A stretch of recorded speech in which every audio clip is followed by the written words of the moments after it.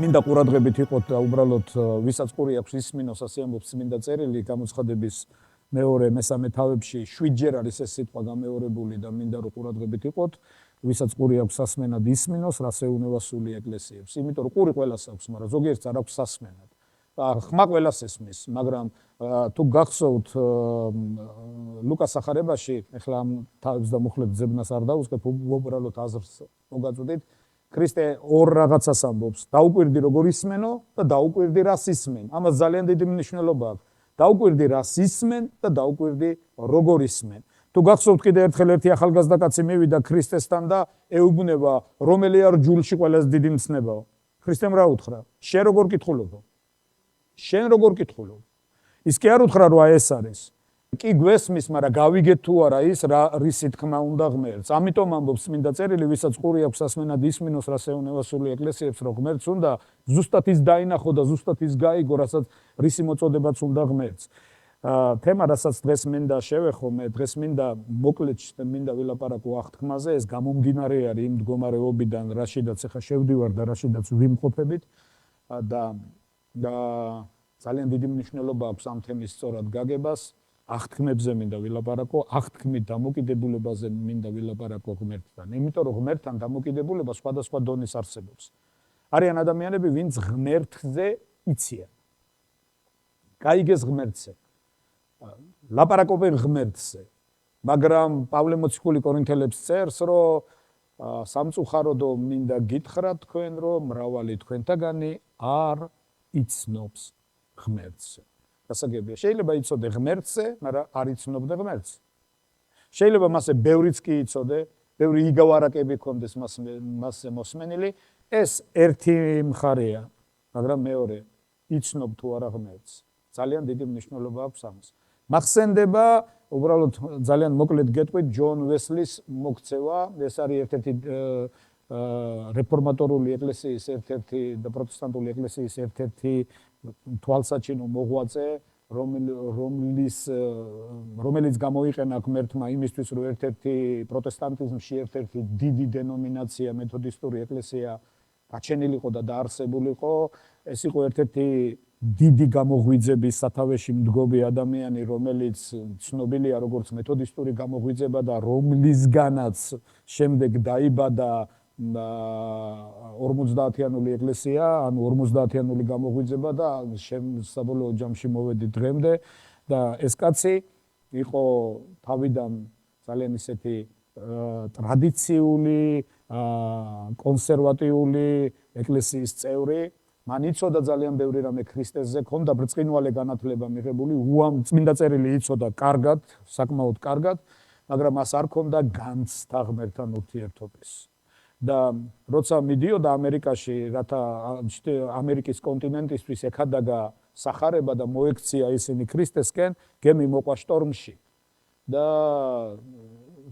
დიდი ალბათობით სიკვდილს შეხედეს თვალებში, ანუ სიკვდილის წინაშე იდგნენ, იმიტომ რომ გემი ძალიან დაზიანდა. და ყველას ეგონა რომ ჩაიძირებოდნენ. ამ გემზე იყო ერთი კაცი, ძველი პროტესტანტული მიმდინარეობიდან, პატარა პროტესტანტული მიმდინარეობა იყო, რომელზედაც ადრე ვერ იყო მილაპარაკა, მორავიელთა საზმო ერქვა.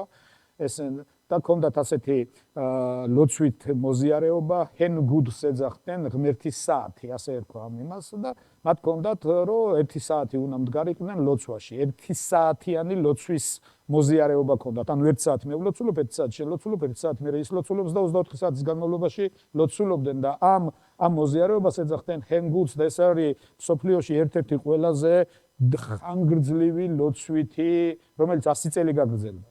100 წელი გაგრძელდა ეს ლოცვითი მოზიარეობა. გასაგებია და ამ უცნობი, ეს არ იყო პოპულარული, ესე ვთქვათ, ძალიან ისეთი ცნობილი, დღეს რო არის ხომ ეს ვარსკვლავები და რაღაც, აი მეგა და რაღაც. არა, ეს იყო ძალიან პატარა, ძალიან და ზოგიერთი ისე რო უყურებდა, ესენი ეს მორავიელთა საძმო არიან.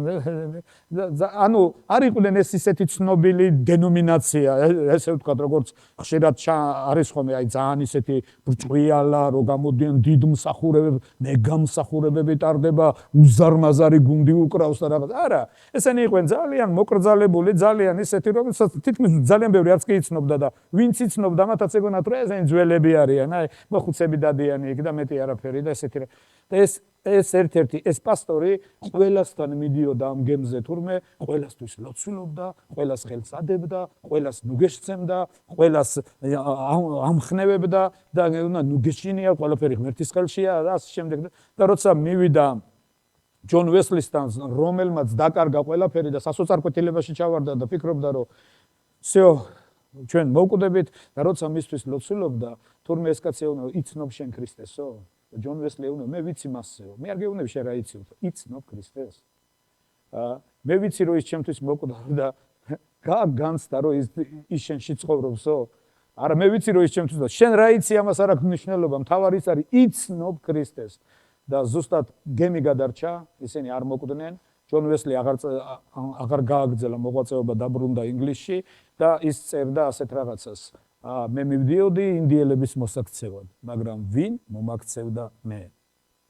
და დაბრუნდა უკან, წავიდნენ ღრმა ლოცვით მოზიარეობაში, ლოცვით მსახურებაში და ეს ამბობს, მე განვიცადე სეციდან შობა. მე განვიცადე ქრისტე ჩემში. მე ვარ ახალი ქმნილება იესო ქრისტეში. მე კი არ ვიცი ქრისტეზე, მე დღეს მას ვიცნობ როგორც პიროვნებას. ვიცი რომ ის ჩემშია და ვგრძნობ ამას. დიდება უპირს. მე რატომ მოგიყევით ეს პატარა რაღაც? იცი, არ აქვს მნიშვნელობა რა იცი ღმერთზე, ჩემო ისა ძვირფასო. თავარი ის არის, იცნობ თუ არა მას. გაკ თუ არა განცდა მასთან ურთიერთობის. გრძნობ თუ არა მას შენ სინდისში. არა, თავარი ის კი არ არის ვიღაცა დაგადგეს თავზე და გამხილოს. თავარი ის არის სინდის თუ უსმენ. ღმერთს თუ უსმენ შენ სინდისში.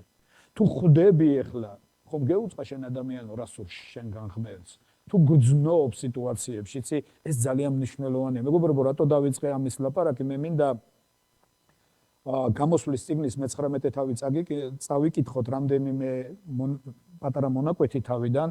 ეს არის მონაკვეთი, როცა სხვათა შორის მინდა დაგანახოთ ქრონოლოგიური თანმიმდევრობა. ზოგი ამას ურევს ერთმანეთში, როცა ქრონოლოგია არ ვიცით, როცა არ ვიცით რა რის მერე ხდებოდა და როგორი თანმიმდევრობა ქონდა რაღაცას, ადამიანებს გონიათ, რომ რაღაც ძველი აღთქმის ეპოქა იყო, მერე რაღაცა დაიკეტა ძველი აღთქმის ეპოქა და გაიხსნა ახალი აღთქმის ეპოქა და რაღაცა ზოგიერთები და არიან ძალიან ბევრი ასეთები ძველ აღთქმას ლოცს მიაგორებენ ხოლმე და გონიათ, რომ ძველი აღთქმა ბოროტება იყო და ახალი აღთქმა არის მადლი. მე არ მჯერა ამის. არის ასეთი მიმდინარეობა ქრისტიანული ერთ-ერთი ერესი არის ესეთი გნოსტიციზმს ეძახიან. და მათ აქვთ ესეთი თეორია. ისინი ამბობენ, რომ ძველი აღთქმის ღმერთი ბოროტი ღმერთია, ახალი აღთქმის ღმერთი სიკეთის ღმერთია. ძველი აღთქმა ეს აი იმ ბოროტი ღმერთისგან მოტანილი რჯულია, ამიტომ რჯულთან ჩვენ შეხება არ გვაქვს. არ არსებობს სხვა ღმერთი. წმინდა წერილი ამბობს, თუ კი არსებობენ ეგრეთ წოდებული ღმერთები, ჩვენ კი ვიცით, რომ სამყაროში არსებობს ერთი ღმერთი. დიდება უფალს. გასაგებია? ამიტომ მინდა ქრონოლოგია შემოგთავაზოთ. როცა ღმერთმა გაიგონა, სუთავიდან თუ დავიწყებთ, სანამდე გაიგონამდე მივალ, ღმერთმა ამოირჩია ერთი კაცი. ვინ იყო ეს ერთი კაცი? აბრაამი. მოსემდე იყო ეს. ვინ იყო აბრაამი? ებრაელი იყო აბრაამი? არა. ებრაელი იყო? აქ არის საქმე. აბრაამი ქალდეველთა ურიდან იყო. ის ქალდეველი იყო. ის არ იყო ებრაელი, მისგან დაიწყო ებრაელობა. გასაგებია?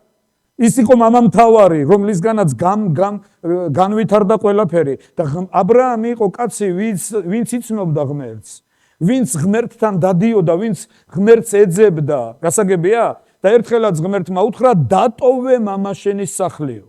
დატოვე მამაშენის სახლი და შენგან უნდა შევქმნა ახალი ერი, ახალი ცივილიზაცია. აბრაამი დაემორჩილა ღმერთს, წავიდა იქ, სადაც არ იცოდა. აბრაამ არ იცოდა სად მიდიოდა. წელია ებრაელების მე-11 თავში, რომ მიდიოდაო, ეძებდა ქალაქს, რომლის ხუროთ მოძღვარი თვითონ ღმერთი იყო, მან არ იცოდა სად მიდიოდა, ღმერთი უძღვებოდა და ასე მოხვდა აბრაამი ქანაანში. და ქანაანში დიდი შიმშილობა დაიწყო. ისა იცით, ესეც აბრაამის არა ბოლომდე დანახული სურათის გამო, იმიტომ რომ ღმერთმა უთხრა გამოდი შენ და შენი ცოლიო და გამოვიდა 100 კაცი. ღმერთს არ უთქვი 100 კაცი წამოიყვანეო. აბრაამს უთხრა შენ და შენი ცოლი გამოდითო. ესენი 100-ნი წამოვიდნენ. ამიტომ დიდი შიმშილობა ჩამოვარდა, იმიტომ რომ ორი კაცის საჭმელს ვერ გაუნაწილებ 100 კაცს, მეთანხმებით?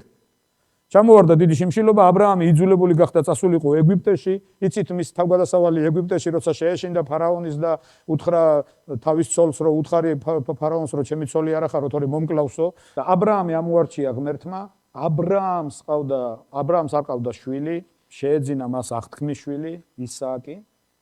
ისააკს ყავდა ორი შვილი, ალბათ გახსოვთ, ეს არის ორი ძირითადად ჩანს, ეს არის ესავი უფროსი და იაკობი უმცროსი და იაკობი ამოირჩია ღმერთმა როგორც აღთქმის მემკვიდრე და იაკობს ყავდა 12 შვილი და ეს არის ისრაელის 12 მამამთავარი, თუმცა იქიდან ორი ამოვარდა და შემდეგ იოსების შვილები არის ჩამატებული იმ ორის ნაცვლად, რომლებმაც უკეთურობა ჩაიდინეს ღვთის თვალში.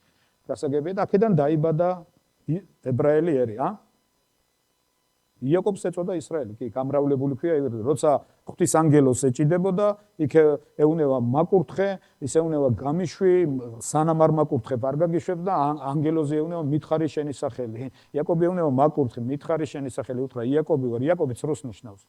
იაკობი ვარ, აღარ ხარ შენ იაკობი ვარ, შენ დღეიდან ხარ ისრაელი, ანუ გამრავლებული, დიდება უფალს.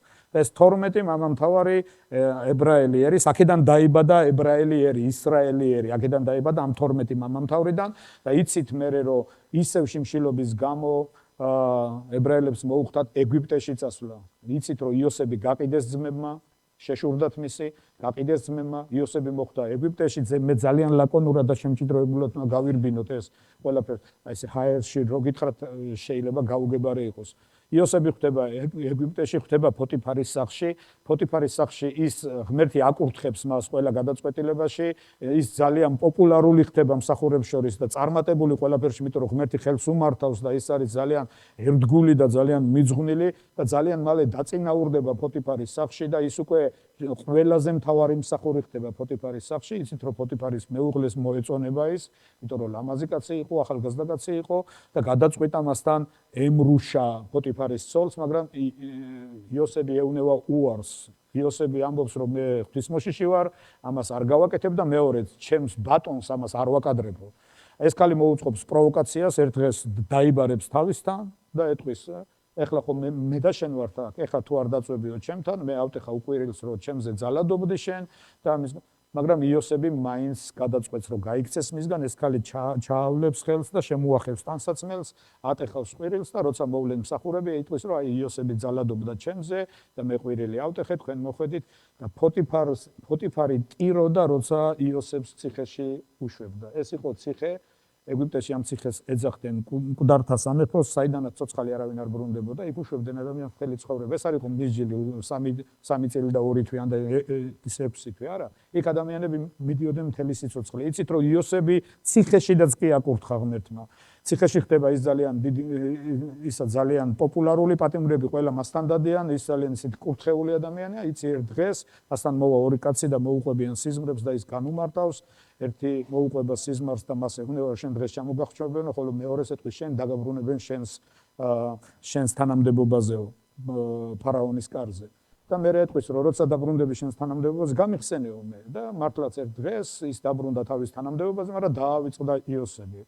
აღარ ახსოვს ეს იოსები და ერთხელ ფარაონმა ნახა სიზმარი, შეშფოთებულია ფარაონი, ამიხსენით ეს სიზმარი, ვერავინ ვერ უხსნის სიზმარს და ამ ღვინის მწდეს მაშინ გაახსენდება რომ და ეთქვის რომ ციხეში არის ერთი კაცი, ვინც სიზმრების ახსნა იცის, მე არც კი მახსოვს ის ცოცხალია თუ არა, წავიდეთ მოძებნიან და იოსებია ცოცხალი, დააბრუნებენ მას, განუმარტავს ფარაონს სიზმარს და ფარაონი იტყვის რომ იქ არის 7 წლიან წარმატებაზე და მერე შიმშილობაზე და ისე უნება რომ გააკეთე ისე რომ დააგროვე მთელი დოვლათი ამ წარმატებულ წლებში, რაც იქნება და შიმშილობის დრო შენ გექნება უკვე და შენ იქნები მთავარი მიმწოდებელი ყველასთვის და ეს ძალიან დიდ წარმატებას მოგიტანს და ფარაონი ეუბნება შენზე ბრძენს მე ვიღავს ვნახავ, ამიტომ შენ იქნები აქ ყველაფერ ამის გამგებელი, ანუ ის დანიშნა პრემიერ-მინისტრად.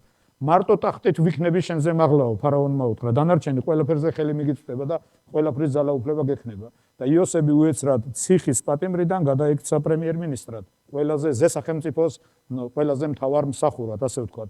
და ებრაელები შიმშილის გამო ჩადიან ეგვიპტეში, მერე იცით რომ იოსები მათ გამოუწყდება, რომ მე თქვენი ძმა ვარ, რაც ბოროტება გამიკეთეთო, მე სიკეთეთ, მეწია ეს ძალიან სიმბოლურია დღევანდელი დღისთვის, თქვენ ხო ბოროტება გამიკეთეთ, მე სიკეთეთ მეწია, ამასე უნდა.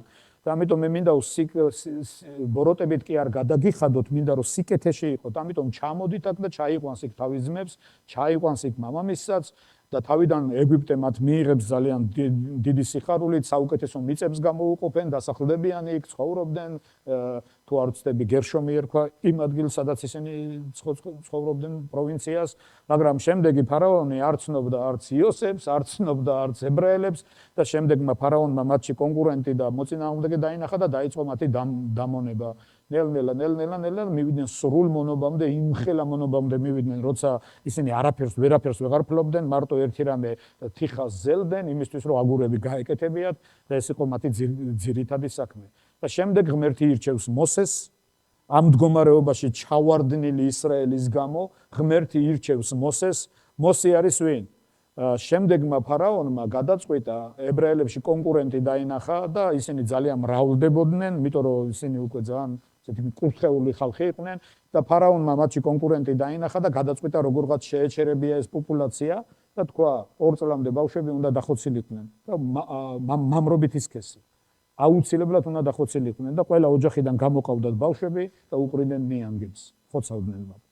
და მოსე როცა დაიბადა ძალიან ლამაზი იყო, ასწერია და მშობლებმა გადაწყვიტეს დაემალათ იგი. თავიდან მალავდნენ სახლში, შემდეგ უკვე შეუძლებელი გახდებოდა მისი დამალვა, ამიტომ ჩასვეს კალათაში და ჩადეს ნილოსში და გაუშვეს და მიანდეს წყალს. სადაც წაიყვანს ისე იქნება და წყალმა ნილოსმა მიიყვანა ფარაონის სასახლეში. და ფარაონის ასულმა იპოვა ეს ბავშვი. ფარაონის ასულმა იცოდა რომ ის ებრაელი იყო, მიხვდა რომ ებრაელი იყო, იმიტომ რომ წინა დაწვეტილი იყო და ებრაელი იყო, მაგრამ გადაწყვიტა ეშვილებინა და მისი ებრაელობა დაემალა და მოსე გახდა ფარაონის ასულის ძე. მას ასე ეძახდნენ ფარაონის ასულის ძე და როცა გადის დრო, მას შეუძლია ეგვიპტეში ძალიან დიდი თანამდებობა დაიკავოს. თუ ფარაონი არა და ფარაონი ალბათ ის ვერ გახდებოდა, მაგრამ მას ძალიან ადვილად შეეძლო გამხდარიყო მეორე პირი ყოფილიყო ამ ზესახელმწიფოში ასევე, მაგრამ მოსე გაიგებს რომ ის არის ებრაელი და იწყებს ებრაელების დახმარებას. და ამ დახმარების გულისთვის მოკლავს კაცს. იცით ალბათ ის მას გაქცევა უხდება მე ამ მკვლელობისთვის ეგვიპტიდან და უდაბნოს გავლის შემდეგ ხდება ითროს ოჯახში. ითრო არის მიდიანელი მღვდელი, სხვადასხვა წარმართი, მაგრამ უზენაესი ღმერთის მღვდელი იყო. მიდიანელი მღვდელი შეუყვარდება თავიდან ითროსთან დადგება მწყემსად, უბრალოდ მწყემსია და მეტი არაფერი, გადის წლები ძალიან, შეუყვარდება მისი ასული ციფორა და დაქორწინდება მას შეეძინება შვილები და უკვე მოხუცებულობის ასაკში 40 წელი ემსახურება უკვე ითროს და ითროს ოჯახში ცხოვრობს. უკვე მოსე აღარ არის ის ვინც იყო ეგვიპტეში განათლებული, რა ვიცი, პრინცი და დიდი ძალაუფლების მქონე, უკვე მწყემსია, გატეხილი კაცი, მწყემსი, რომელიც უკვე მოხუცებულია, ცხვრისუნია ზდის და ამ დროს ხორების მთაზე გამოეცხადება ღმერთი მაპლოვანიდან.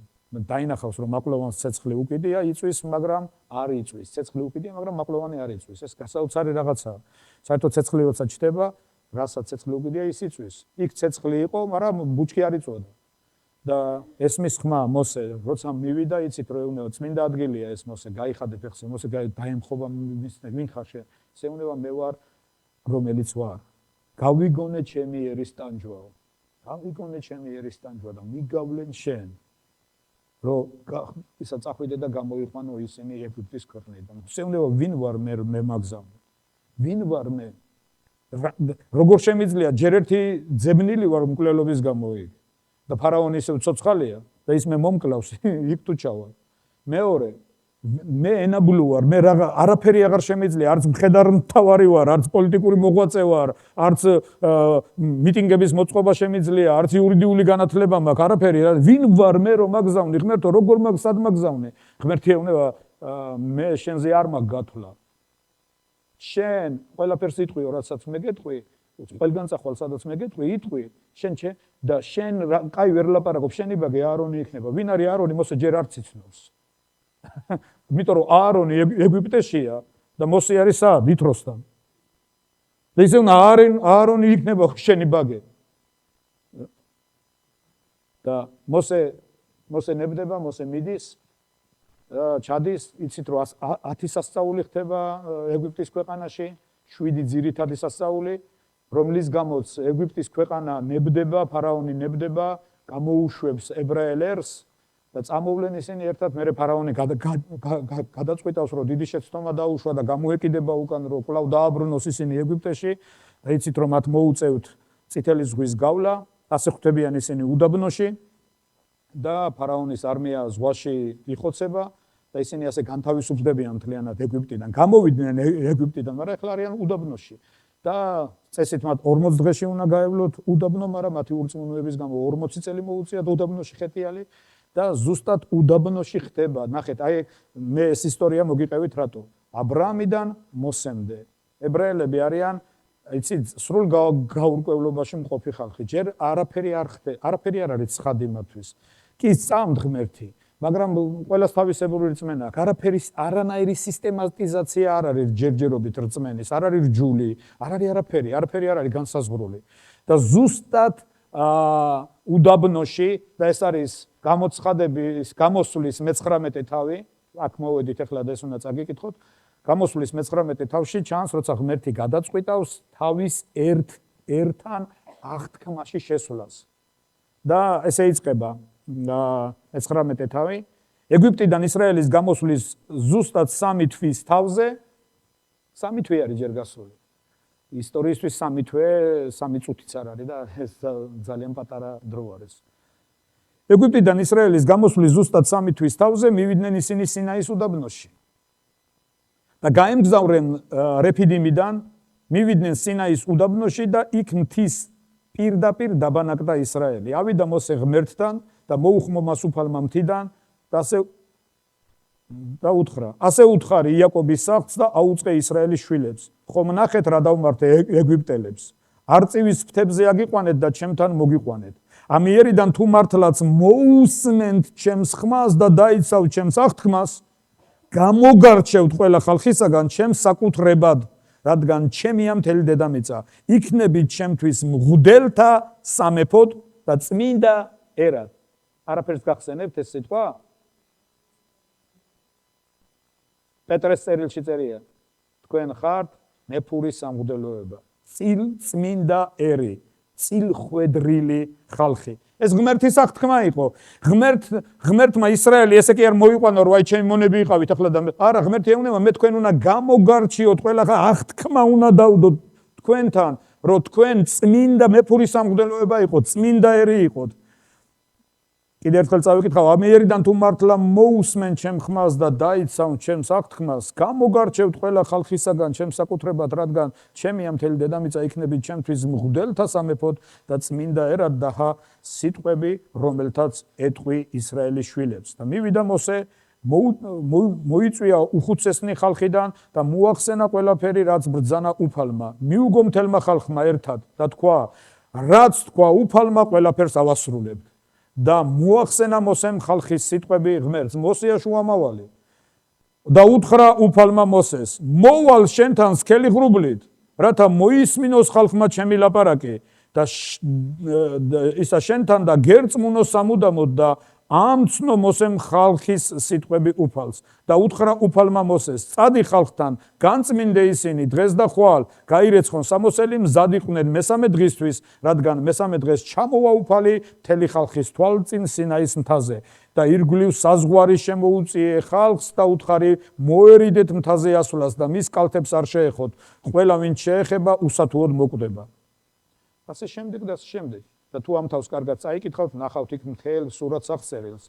და როცა უფალი ჩამოვიდა მთაზე, ხალხი, რომელსაც ჰქონდა პრეტენზია, რომ ყველაფერს მოვისმენთო, რასაც უფალი გვეტყვის და ყველაფერს დავიჯერებთო, როცა უფალი ჩამოვიდა მთაზე, ხალხი გაიქცა მისგან. არ შეეძლოთ მისი ატანაო, ასე წერია. მოსეც კი ამბობს, შეძრწუნებული ვარ და ვკანკალებთო, ეს მოთხრობილია ებრაელების 12 თავში. გასაგებია?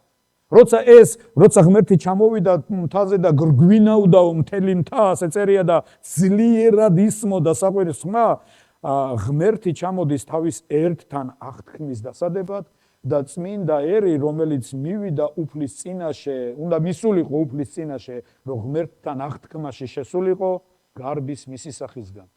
იმალება მისგან. და მოსეს ეუნევიან არ შეგვიძლია ჩვენ ამის მოსმენა. წადი და შენელაპარაკე ღმერთსო. წადი და შენელაპარაკე ღმერთს. მეგობრებო, მინდა ერთი რაღაც დაგანახოთ, რატომ მოგიყევით ახლა ეს და რატო ვილაპარაკე ამაზე. შეუძლებელია ღმერთთან აღთქმაში ყოფნა, კიდეც რო იცოდე მასზე რაღაცეები. თუ არ განცდა ზეციდან შობის. თუ შენი სული არ არის გაცოცხლებული ღმერთისთვის. შეუძლებელია უფალთან აღთქმაში ყოფნა, თუ შენ ცოცხალი არ ხარ ღმერთისთვის. შეიძლება იცოდე ძალიან ბევრი რაღაც, შეიძლება იცოდე ღმერთზე ძალიან ბევრი ამბავი კონდეს მოსმენილი, მისი რაღაც თვისებებზედაც კი კონდეს შენი წარმოდგენა, რომ ღმერთი არის ასეთი და ღმერთი არის ასეთი. მაგრამ როგორც კი ღმერთთან მიახლოების განცდა იქნება, მაშინვე გაიქცევი მისგან. სიყვარულისა და მიზიდულობის ნაცვლად შიში და გაქცევა მოგიწევს. მოდი ავიღოთ ადამის დამოკიდებულება ღმერთთან. ადამი ღმერთისგან შექმნილი, ღმერთის წიაღში გაჩენილი, ღმერთის სამყოფელში მყოფი, ედემი ღმერთის სამყოფელი იყო. ღმერთმა ბაღი გააშენა თავისთვის, ასე წერია. და იქ დაასახლა ადამი. თავისთვის რას ნიშნავს? ანუ თვითონაც იქ დადიოდა ღმერთი. გასაგებია? და იქ დაასახლა ადამი. და ნახეთ, ადამი ღმერთის წიაღში გაჩენილი რაღაც ფაქტის მერე, რაღაც გადაწყვეტილების მერე, როცა ღმერთი მოდის ედემის ბაღში, ადამი იმალება მისგან. ღმერთი ეძახის ადამსა და ხარ. რატო ეძახის ღმერთი ადამსა და ხარ? იმიტომ რომ ადამი აღარ არის ის, ვინც უნდა იყოს, ადამი დამალულია. მანამდე ადამი არ ემალებოდა ღმერთს. მანამდე ის თავისუფლად იყო მისი სახის წინაშე, იმიტომ რომ მისი ნაწილი იყო, მისი წიაღიდან გამოსული იყო. გასაგებია? მაგრამ რაღაც ფაქტის მერე, კეთილისა და ბოროტის შეცნობის ხის ნაყოფის ჭამის შემდეგ მოხდა გაუწყოება, მოხდა კედელი და ადამი ემალება ღმერთს, შეშინებულია. და როცა ღმერთი ეძახის ადამსა და ხარ, ადამი ეუნება შემეშინდა. როცა ედემის ბაღში მოხვედი, შემეშინდა შენი. როდის იყო ღმერთი საშინელი? დაწერია იოანეს სახარების მეოთხე თავში. ღმერთი ვინ არის? ღმერთი სიყვარულია. სიყვარულს როგორ უნდა გეშინოდეს? არა ჩვენ ვიცით რომ ღმერთს უნდა გეშინოდეს, იმიტომ რომ ეს შიში სხვა რამეა, ეს სიწმინდის შიშია. მაგრამ როგორ უნდა გარბოდე მისგან, როგორ უნდა ემალებოდე მას? და ადამი გაიქცა და დაიმალა, რატო? რატო ეძახის ღმერთი ადამიანსა და ხარ, განა ადამიანს ვერ ხედავს ფიტულს? კი, მაგრამ ადამიანში იმას ვეღარ ხედავს, რაც ადრე იყო. სიცოცხლე აღარ არის. შემეშინდა, შიშველი ვარ. ღმერთი უნდა ვინ გითხრა რომ შიშველი ხარ? ან თუ ხარ, რატო აღმოჩნდი შიშველი? რატო გამოხვედი ღმერთის დიდებიდან? რატო განიძარცვე ღმერთის დიდება? იმიტომ ხო არა რომ ის გააკეთე, რაც მე გითხარი, რომ არ გაგეკეთებია. ზუსტად აქ არის მიზეზი. იცით რომ ადამი იწყებს ირიბად ღმერთის დადანაშაულებას და პირდაპირ ევასი. წყალწაღებული ხავს ეჭიდებოდა, სხვაზე გადააქვს. დედაკაცი, რომელიც შენ შექმენი, მე ხო არ შემიქმნია, შენ შექმენი, მან მაცდონა, მან მაჭამა. ნახეთ, სულ ყოველთვის ხედავთ რამდენიმე მცდელობას ღვთისა შესულიყო ურთიერთობაში თავის ქმნილებასთან. პირველი წარუმატებელია ადამიანთან. ეუბნება ადამიანსა და ხარ, შენი ბრალია რომ ეს ასეა, იმას კი არ ხედავს ადამი, რომ ამ მდგომარეობაში რა ვარ და მხსნელისკენ კი არ გარბის მიშველე რაღაცა ხდება ჩემში, შიშველი აღმოჩნდი, დამეხმარე რო ასე არ იყოს, არა, ღმერთს ადანაშაულებს რომ შენი ბრალია ეს. მეორე მცდელობა სინაის უდაბნოში, სინაის მთის წინაშე. სადაც ღმერთი ჩამოვიდა სინაის მთაზე, რათა თავის ერთან იყოს, თავის ერს დაელაპარაკოს, ეს ენგარბიან. მოსეს ეუბნება თავი დაგვანებებ, ჩვენ მაგის მოსმენა არ შეგვიძლია, წადი და შენელაპარაკე და რასაც გეტყვის მე მოდი და გვითხარი. ზუსტად მაშინ იღებს ღმერთი გადაწყვეტილებას, რომ რაღა მცესი არის, გააკეთე სადღესასწაულო კარავი და იქ მოვიდეს ყველა და იქ ილაპარაკოს ყველამ. იქ მოიტანონ თავის, იმიტომ რომ ეგენი რომ მოვიდნენ ახლოს დაიხოცებიან, იმიტომ რომ მათში ცოდვა არის, მათში ადამიანის ბუნება არის ძველი ბუნება და ადამიანის ბუნებას ღმერთის თანდასწრებაში ყოფნა არ შეუძლია. ადამიანის ბუნება ღმერთისგან გარბის. ადამი ხო გაიქცა? დაიმალა. ლეღვის ბუჩქებს უკან. შიშველი ვარ. ზუსტად ეს არის, როცა ადამიანის ბუნებაა ჩვენში, შეიძლება ღმერთზე ვიცოდე რაღაცეები, მაგრამ როგორც კი ღმერთთან სიახლოვის ჟამი მოდის, მე გავრბი ვარ მისგან. გასაგებია? და ამიტომ იქნა რჯული მიცემული. ღმერთმა მისცა რჯული, რათა რჯულით ორი რაღაცა ხდებოდა. პირველი, ცოდვები შეეკავებია რჯულს, რომ მთლიანად ეშმაკის და ბოროტის ხატების მსგავსებაში არ გადასახულიყვენ და ცოცხალი განსახიერება არ ყოფილიყვნენ ცოდვისა. რჯული აჩერებდა ცოდვას, კი ვერანადგურებდა. მის განვითარებას უშლიდა ხელს, იმიტომ რომ იყო აკრძალვები. და მეორე, რჯული აჩვენებდა ასევე, ვინც მას სინდისიერად ეკიდებოდა, რომ ცოდვა იყო ჩვენში. რასაც პავლე მოციქული აღწერს რომაელების მე-7 თავში. თუ კარგად წაიკითხავთ, პავლე ამას ამბობს, რომ ცნება სასიცოცხლო იყო, სასიკვდილოდ მექცა. თითქოს მას უნდა გავეცოცხლებინა, პირიქით მომკლა. და უბადრუკი ადამიანი ვარ, ვინ დამიხსნის ამ სიკვდილის მოდომ, რჯული წმინდა, რჯული კეთილია, მე ვარ ხორციელი, მე არ შემიძლია მისი აღსრულება. გასაგებია? და შემდეგ მხოლოდ და მხოლოდ თუ წაიკითხავთ ახლა ძალიან დიდი მანძილების გავლა გვიწევს, ძალიან შემჭიდროებული იმაში, რომელების მერვე თავს თუ დაიწყებთ, ჩემი საყვარელი თავია.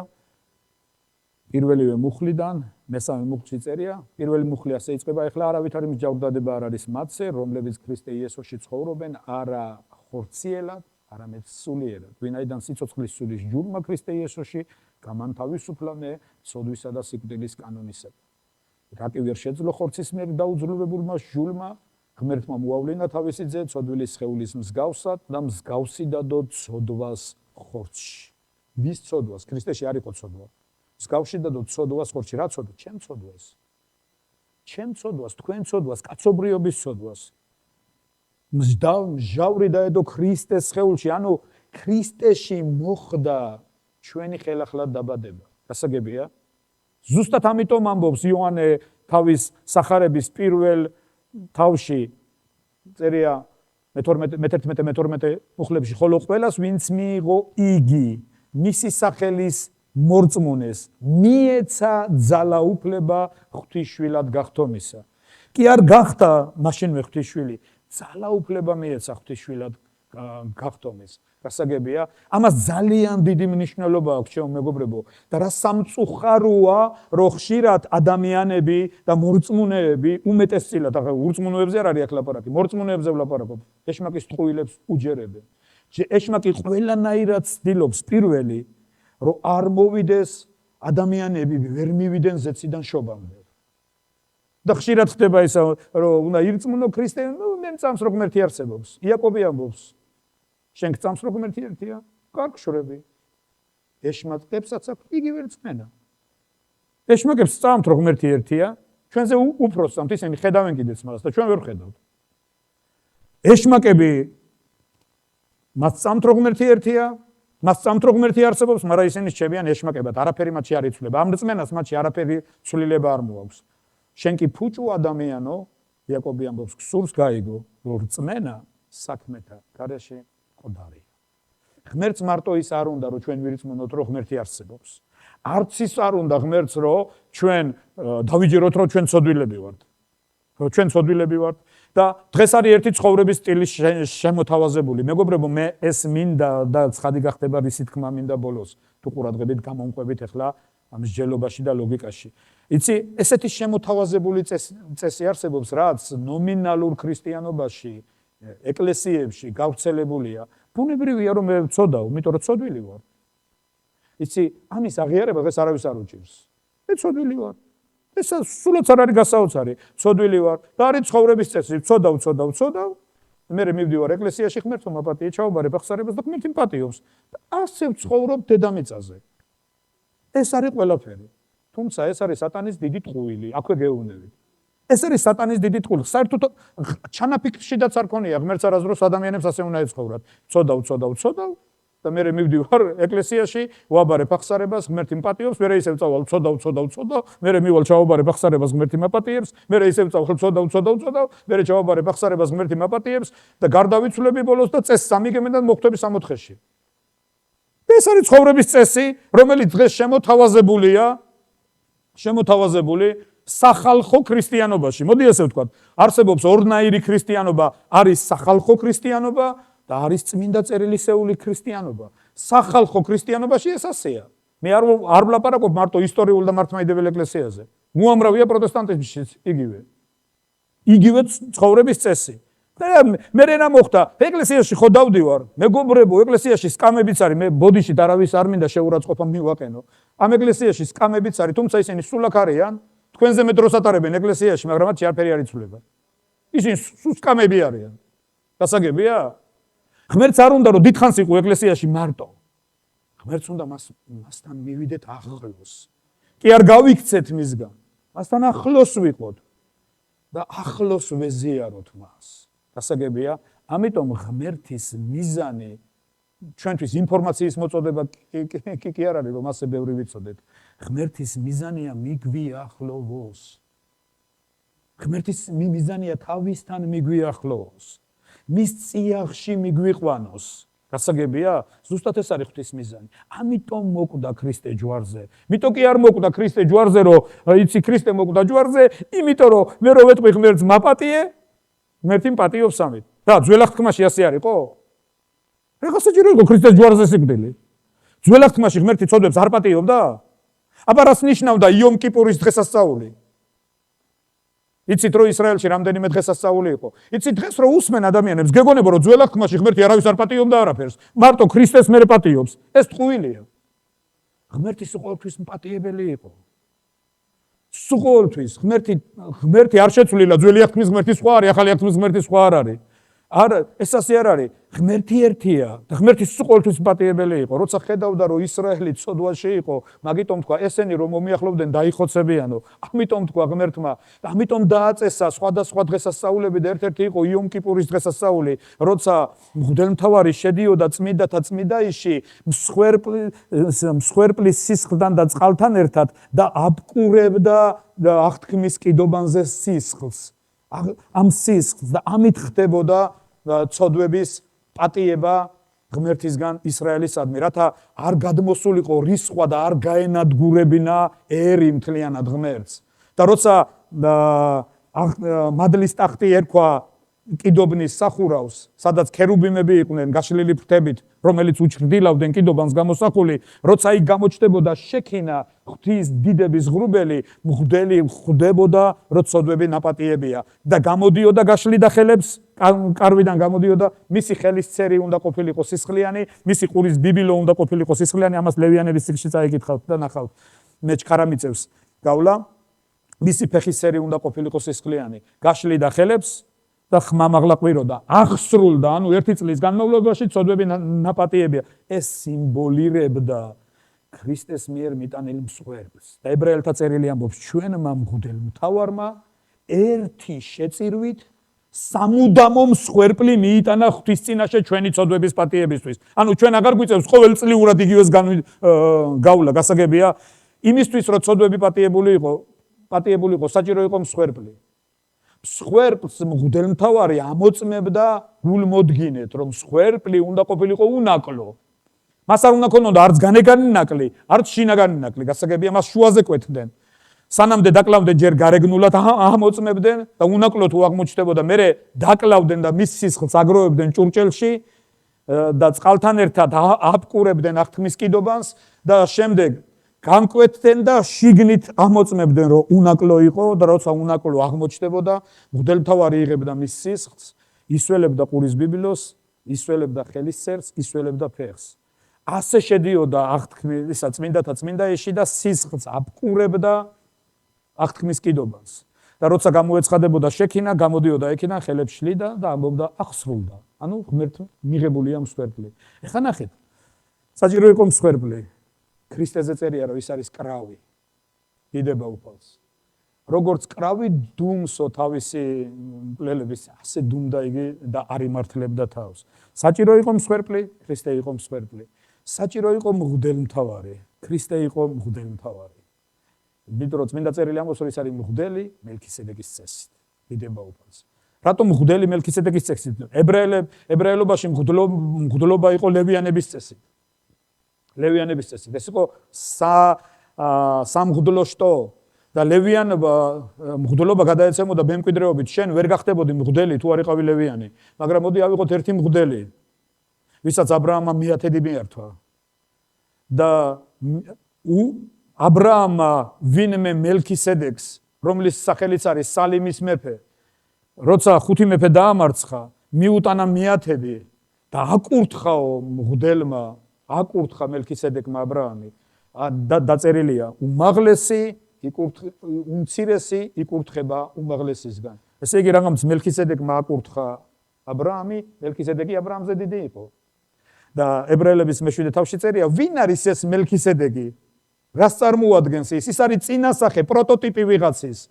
და მე წერია, უდედო, უმამო, უგვარტომო, არც სიცოცხლის დასაწყისი აქვს და არც დღეთა დასასრული. ღვთისძის მსგავსად რჩება მღვდლად მარადიულადო. ანუ მღვდლობა არ არის მარტო ლევიანების წესით, მემკვიდრეობით. მღვდლობა არის მელქისედეკის წესით, ამორჩევით. და ქრისტე იყო მღვდელი არა ლევიანობის წესით, ქრისტე იყო მღვდელი მელქისედეკის წესით. კიდე ერთი რაღაც მინდა, პატარა ნიუანსი მინდა ამ ღვთის მოქმედების საიდუმლოში დაგანახოთ, მეგობრებო. ბიბლიის სკოლებში ჩვენ ვასწავლეთ ნათლობებს და ნათლობებში არის ერთი მომენტი. ხალხი მიდიოდა იოანესთან და ინათლებოდა, ცოდვებს აღიარებდნენ და ინათლებოდნენ. ინათლებოდნენ პატიების ნიშნად. გასაგებია, მეტი არაფერი. იოანეს ნათლობა არ ეხებოდა მთლიანად ცოდვილ ბუნებას, ის ეხებოდა ცოდვებს. აი მე ვერიკოს ვაწყენინე, ვეჩხუბე და მინდა რომ ღმერთმა მაპატიოს და ინათლებოდნენ, ანუ აი ცოდვა მოვიშორე. წყალში ჩაფლობა ამას ნიშნავდა. და იოანესთან მოვიდა ქრისტე. და როცა იოანემ დაინახა, უთხრა რომ ეს როგორ? შენ უნდა მნათლავდე და შენ ჩემთან მოხვედი? ქრისტე რატო უნდა მონათლულიყო? მას ხო ცოდვა არ ქონდა. რა აღიარა ქრისტემ იოანესთან, რის გამო მოინათლა? ქრისტე უნევა, როცა იოანე შეეწინააღმდეგა, ქრისტე უნევა დაიახლა, ასე გუმართებს ჩვენ ყოველი ჭეშმარიტების აღსრულება. რა ჭეშმარიტების აღსრულებაზე იყო ლაპარაკი? თქვენ როგორ ფიქრობთ? მეგობრებო, თუ წაიკითხავთ ლევიანების წერილს, მე ახლა არ დავიწყებ ყველას გამოკვლევას, მე დიდ დროს ისაც აგვართმევს. ისრაელში არ იყო ერთი მღვდელი სულ. მონაცვლეობითი იყო მღვდელმთავრის პოსტი. გასაგებია, მას ირჩევდნენ 4 წლით, დაახლოებით, როგორც მე ვიცი. და შემდეგ სხვა ხდებოდა მღვდელმთავარი და მღვდელმთავარი მღვდელმთავარს გადასცემდა ძალაუფლებას განბანვით, წყალში ნათლობით.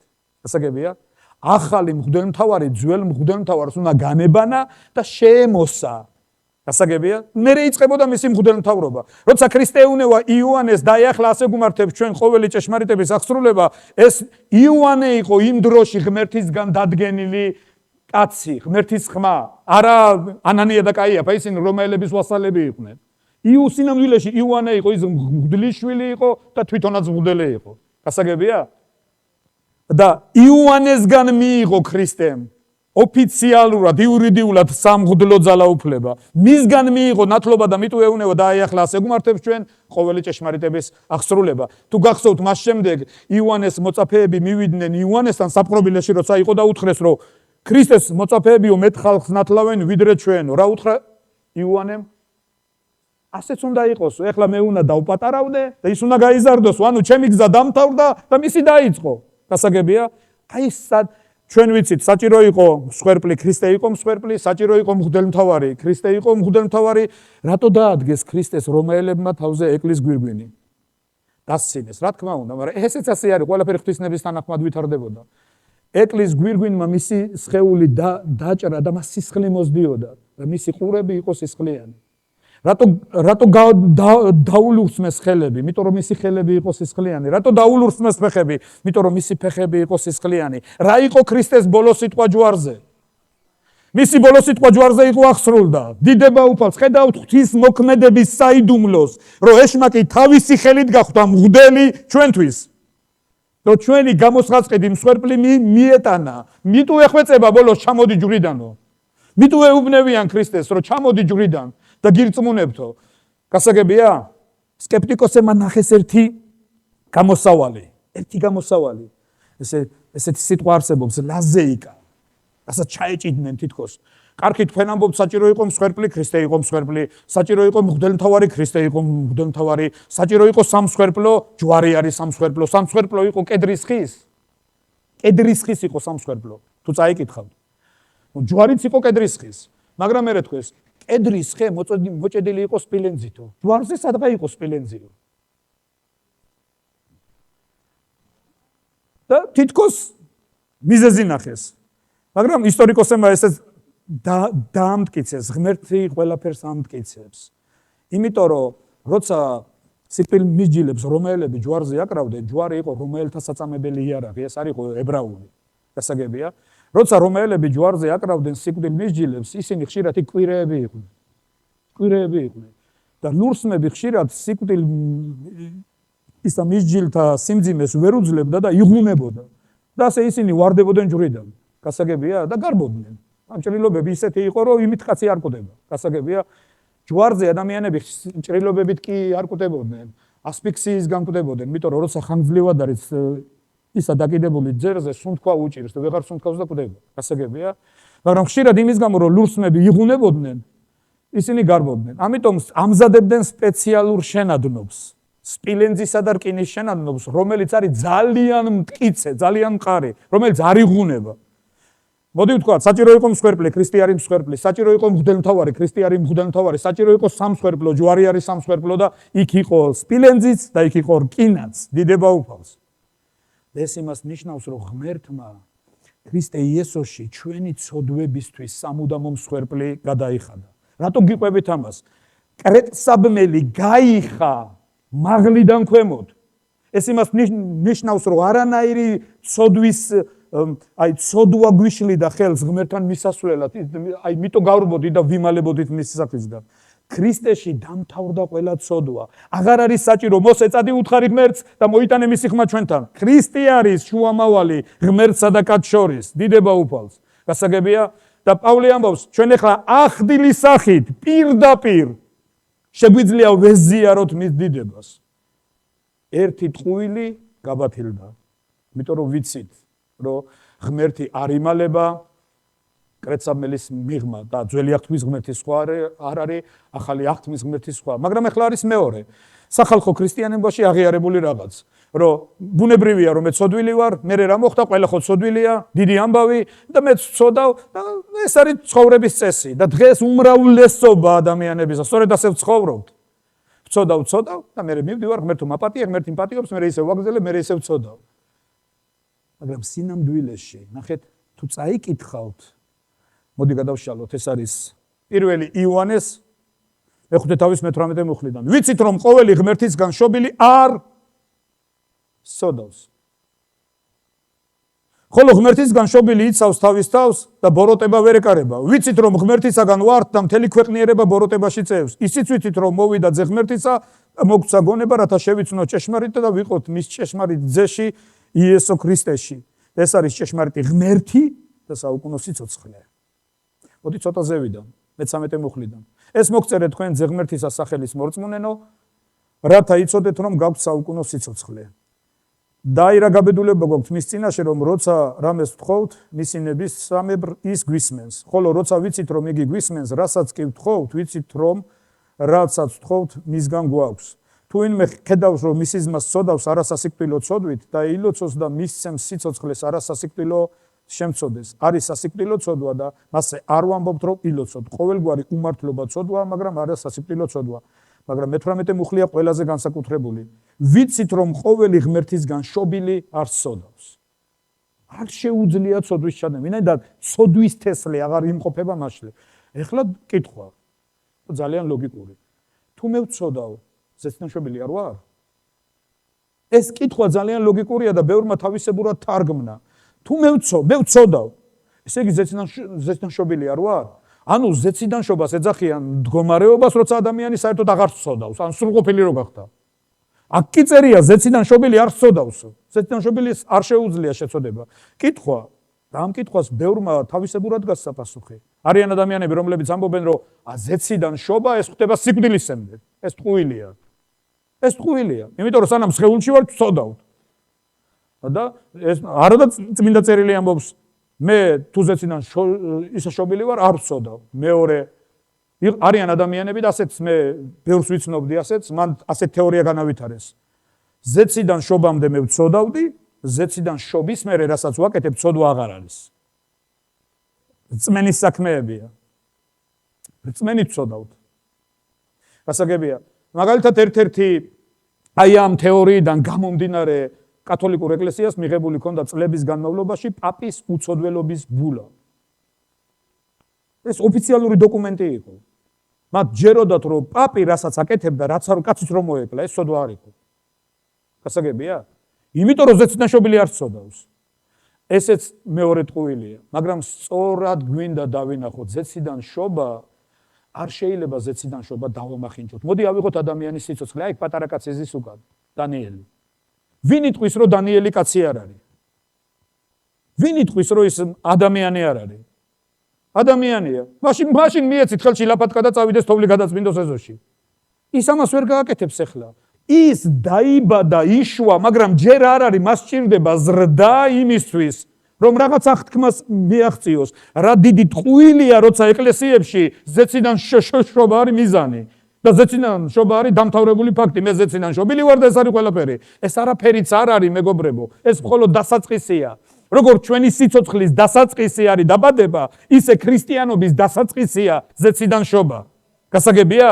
ღმერთს არ უნდა რომ ჩვენ მარტო ზეციდან შობილები ვიყოთ. იცი ზეციდან შობა შენზე საერთოდ არ იყო დამოკიდებული.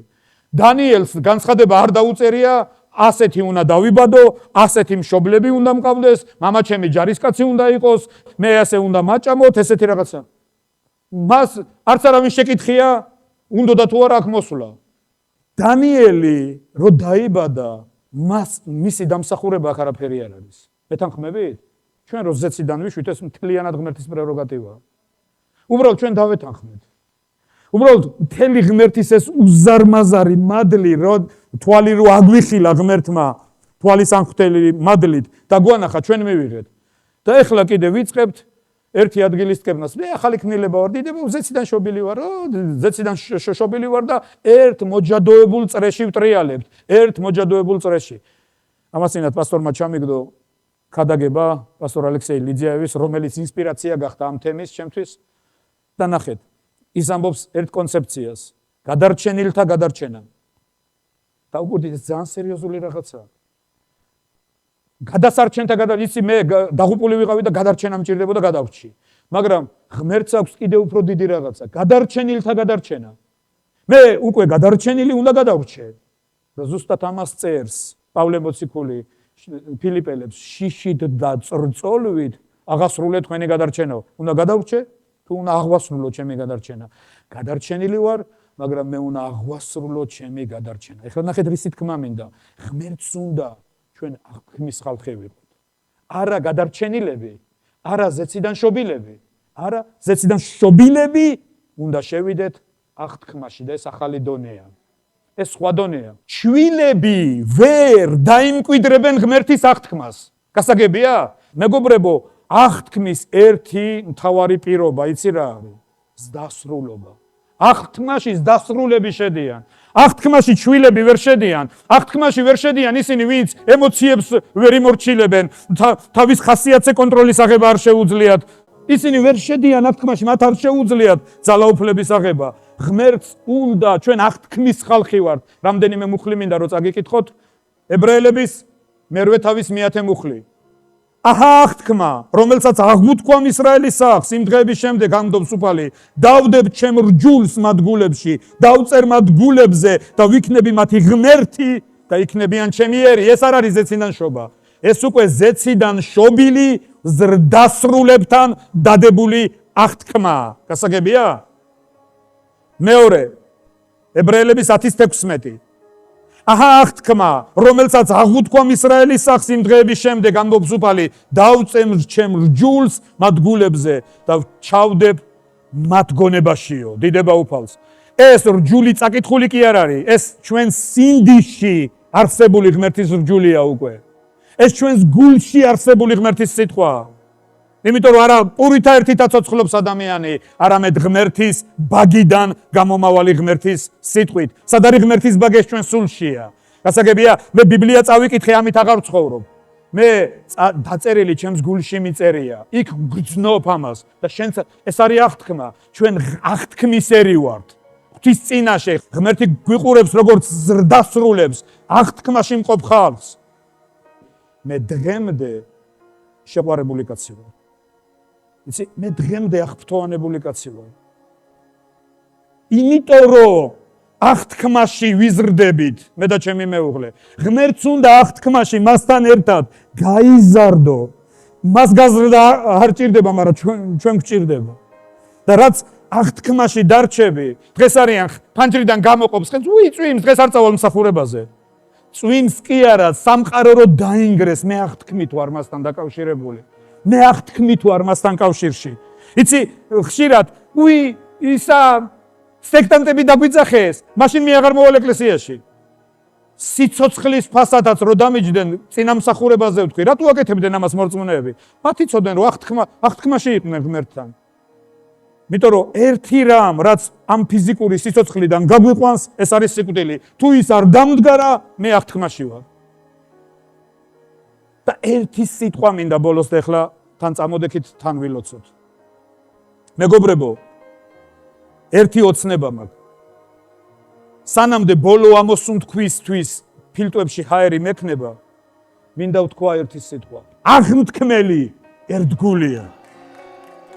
დიდება უფალს. ვინც აღგვითქვა ის ერთგულია. როცა აღთქმით ხარ ღმერთთან დაკავშირებული და ღმერთს უნდა ჩვენ შვილები არ ვიყოთ, ზეციდან შობილები ვარ, რა თქმა უნდა, ეს დიდი მადლია, ეს მისი მადლია, რომ ვარ ზეციდან შობილი, მაგრამ აღთქმაში შესვლა ზდასრულობისთვის არის, ზდასრულობის დამოკიდებულება არის და ებრაელების 5:12. მაგარი საჭმელი არისო მოწიფულთათვის. აი ზუსტად მოწიფულებს შეუძლიათ ღმერთთან აღთქმაში შესვლა. მაგარი საჭმელი არის მოწიფულთათვის, რომელთა გრძნობებიც განსწავლულია ჩვევით, კეთილისა და ბოროტის გასარჩევად.